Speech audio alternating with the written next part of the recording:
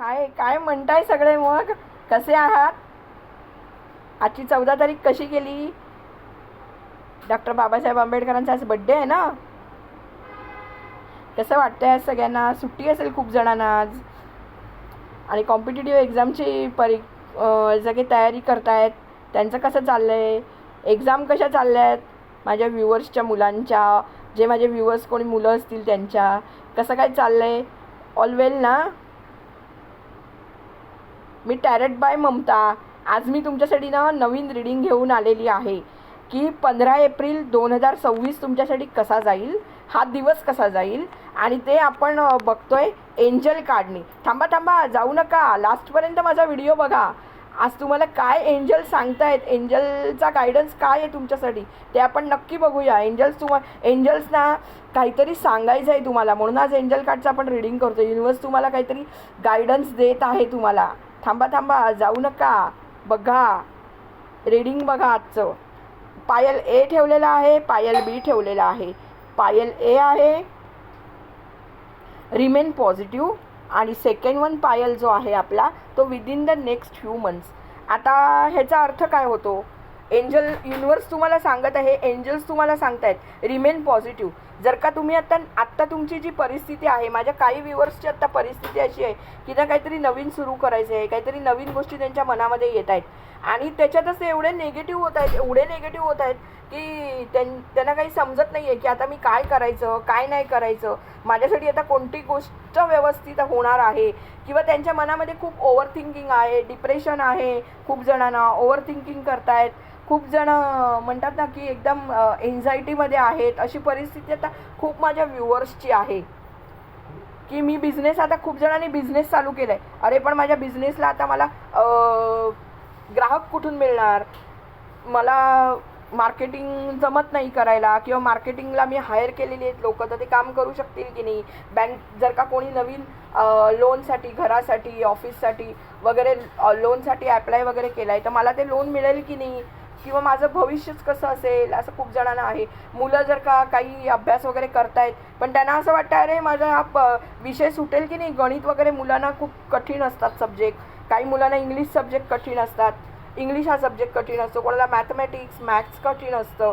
असे प्रत्येकाचे वेगवेगळे प्रश्न आहेत. फायनान्सवाल्यांना वाटतं अरे मी जिथे इन्व्हेस्ट केलेलं आहे, इन्व्हेस्टमेंटवाल्यांना असं वाटतं जे मी फायनान्समध्ये इन्व्हेस्ट केलेलं आहे ते माझं इन्व्हेस्ट होईल की नाही होईल, कसं होईल, म्हणजे मला त्याचे बेनिफिट्स मिळतील की नाही होईल, लॉंग टर्ममध्ये बेनिफिट्स मिळतील, शॉर्ट टर्ममध्ये मिळतील. असे वेगवेगळे विचार आहेत प्रत्येकाच्या मनाने. ओव्हर थिंकिंग चाललेलं आहे. तर अशा लोकांना एकच सांगतायत युनिवर्स की रिमेन पॉझिटिव्ह. तुम्ही पॉझिटिव्ह राहा. जेवढे तुम्ही पॉझिटिव्ह राहाल ना तेवढं तुमच्याकडे नवीन नवीन गोष्टी अट्रॅक्ट होतील, नवीन नवीन तुम्हाला संधी मिळतील. त्यामुळे तुम्ही एकदम पॉझिटिव्ह राहा. आजच्या दिवसात एकदम पॉझिटिव्ह राहा. तुम्ही जरा पण ओव्हरथिंक करू नका, जरा पण घाबरू नका. आत्मविश्वास तुमचा ठेवा, कॉन्फिडंटली बोला. जर का काही डिसिजन घ्यायची वेळ आली तर पॉझिटिव्ह राहा. तर तुमचं जे काही काम होणार आहे ना ते खरोखर लवकरात लवकर होईल. आणि पॉझिटिव्ह राहिल्यामुळे तुम्ही चांगला डिसिजन घेऊ शकाल. थँक्यू. जर का तुमच्याशी पायल माझा 1 नंबरचा किंवा पायल ए जर का रेझोनेट झाला तर तुम्ही नक्की मला माझ्या चॅनलला सबस्क्राईब करा, माझ्या चॅनलला लाईक करा, सुंदरसा कमेंट करा. कोणी कमेंटच करत नाही, कोणी वॉच पण धड करत नाहीत. माझं नीटपणे ऐका, स्किप करू नका. कमेंट करा, फॉलो करा, सबस्क्राईब करा आणि सुंदरसा कमेंट करा, शेअर करा. जर का कोणी शिकणारे वगैरे असतील तर त्यांच्यासाठी.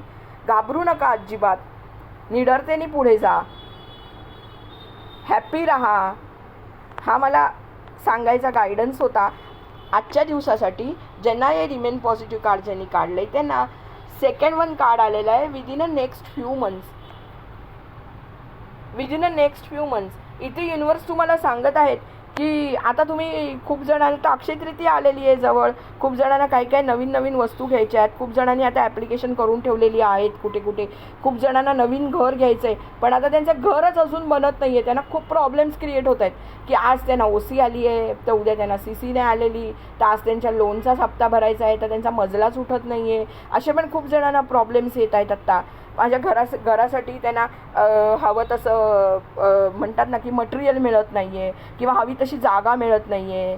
तर काही जण असे आहेत, आता गृहिणी पण आहेत, त्यांना हवं तसं काही गोष्टी, म्हणजे खूप जण ब्लॉग्स वगैरे बनवता आहेत, खूप जणांचे व्लॉग्स आहेत, चॅनल्स आहेत वेगवेगळी, सोशल मीडियावरती ते लोक आहेत. खूप जण ऑफिसमध्ये काम करतायत, त्यांचं काहीतरी, खूप जण प्रमोशनची वाट बघतायत, खूप जण माझी सॅलरी कधी हाईक होईल याची वाट बघतायत. तर आमचे स्टुडंट आहेत, तर ते वाट बघतायत की आमचा रिझल्ट कसा लागेल, कशा पद्धतीने आम्हाला रिझल्ट येईल, की जेणेकरून आम्ही जून जुलैनंतर आमचं नवीन वर्ष सुरू होईल तेव्हा आम्हाला फायदा होईल, आम्ही स्पर्धा परीक्षेला बसल्यावरती. किंवा इन्व्हेस्टमेंट करणारे म्हणतायत, अरे बापरे, आता आम्ही इन्व्हेस्टमेंट केलेली आहे, पण आता मार्केट अपडाऊन झालं आहे लढाईमुळे, तर कसं होईल आमचं. तर त्याच्यानंतर काही जण तर आत्ता असे आहेत की अरे बापरे, ती मला आता हो म्हणतच नाही आहे, तो मला हो म्हणतच नाही आहे, मी तर त्यांना प्रपोजल दिलेलं आहे सगळं, लव रिलेशनशिपमध्ये किंवा रिलेशनशिपमध्ये नवरा बायकोचंही पटत नाही आहे, अरे आता त्यांचे डिवोर्स वगैरे होणार आहेत अशी परिस्थिती आलेली आहे. असं सुद्धा खूप जणांचं आहे. त्यांना युनिवर्स सगळ्यांना सांगत आहे. फायनान्समध्ये किंवा हेल्थमध्ये सुद्धा खूप जणांना असं वाटतं, अरे माझी हेल्थ नीट होईल की नाही, मी बरे होईन की नाही, मला अजूनसुद्धा किती गोळ्या घ्यायला लागतील किंवा अजून मला काय करता येईल, मी माझ्या जिमला वगैरे जातो आहे पण माझं शरीरही कमी होत नाही किंवा काय. तर या सगळ्या लोकांसाठी युनिवर्स आत्ता सांगतं आहे विदिन अ फ्यू मंथ्स, थोड्याच महिन्यांमध्ये ना तुम्हाला तुमच्याकडून पॉझिटिव्ह रिझल्ट येणार आहे. तुम्हाला स्वतःला पॉझिटिव्ह रिझल्ट्स युनिवर्स देणार आहे. फक्त एक युनिवर्स सांगतं आहे, ओव्हर थिंकिंग करू नका, त्याच्यानंतर इकडचं तिकडे गॉसिप करू नका, आणि तुम्ही एकदम तुमच्या गोष्टीवरती ठाम राहा की मला ही गोष्ट करायचीच आहे. आणि कन्सिस्टन्सी सोडू नका, ज्याला चिकाटी आपण म्हणतो ना, ती तुम्ही अजिबात सोडू नका. चिकाटीनी काम करा, चिकाटीनी तुम्ही तुमचे जे डॉक्युमेंट्स आहेत ते नीटपणे साईन करा, चिकाटीनी सगळ्या गोष्टी बघा. तुम्ही कुठच्याही गोष्टीत कन्सिस्टन्सी सोडू नका, पॉझिटिव्ह राहा, तर तुम्हाला सगळ्या गोष्टी मिळणार आहेत. आणि त्या पण पुढच्या काही महिन्यांमध्ये, जास्त दिवस पण तुम्हाला थांबायला नको. कदाचित तुम्हाला पुढच्या येणाऱ्या 6 महिन्यांमध्ये तुमच्या सगळ्या विश कंप्लीट होतील. नोकरीच्या, कोणाचा विजा लागत नाही आहे तर विजासुद्धा होईल. पण सगळ्यांनी एकदम कॉन्फिडंट राहा. दुसरी गोष्ट म्हणजे ओव्हर थिंकिंग करू नका. सॉरो, ग्रीफ, एन्झायटी प्रत्येकाला आहे, पेन आहे लाईफमध्ये प्रत्येकाला. त्या सगळ्यापासून दूर राहायचा प्रयत्न करा, मेडिटेशन करा. त्यामुळे तुम्हाला येणाऱ्या कालावधीमध्ये त्याचे खूप फायदे, बेनिफिट्स बघायला मिळतील. पॉझिटिव्ह राहा. ज्यांनी ए कार्ड चूज केलं आहे त्यांनी, ज्यांनी बी कार्ड चूज केलं आहे त्यांचा तर रिझल्ट एकदम पॉझिटिव्हच येणार आहे. ते जर का पॉझिटिव्ह राहिले तर 100 पॉझिटिव्ह तुम्ही विचार करा मनामध्ये, पण एक निगेटिव्ह विचार आणला तर 100 पॉझिटिव्ह तुमचं जातं. हा रूल आहे युनिवर्सचा. युनिवर्समध्ये तुम्ही एक काम करू शकता. जसं सगळेजण सांगतात की एक तेजपत्ता घ्या, ज्याला आपण तमालपत्र म्हणतो, त्याच्यावरती तुमची 20 हिरव्या पानांनी लिहा, हिरव्या पेनाने लिहा, आणि ती जे आहे ते तुम्ही बर्न करा, आणि ते तुम्ही युनिवर्सला रात्री 10च्या आतमध्ये 8 ते 10 या वेळामध्ये तुम्ही बर्न करा. आणि युनिवर्सला त्याची जी राख असेल, ज्याला ॲश म्हणतात, ती तुम्ही युनिवर्सकडे फुकत तुमची विश परत एकदा म्हणा.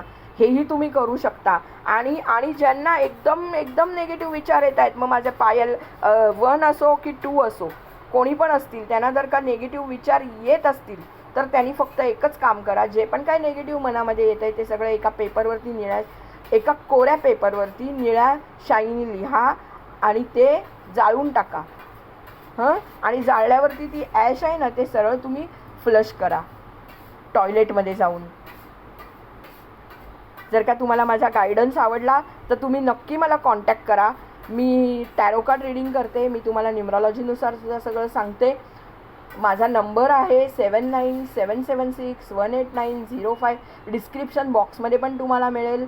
आणि जर का तुम्हाला हे आवडलं माझं जे मी तुम्हाला गायडन्स दिला तो, तर तुम्ही नक्की मला कमेंट करा. कमेंटच कोणी करत नाही. माझ्या चॅनलला सपोर्ट करा, मला कमेंट करा, मला टॅरो बाय ममताला सबस्क्राईब करा, लाईक करा. तरच मला पण वाटतं ना की तुमच्यासाठी छान बनवावं मी म्हणून video. Thank you for watching my video.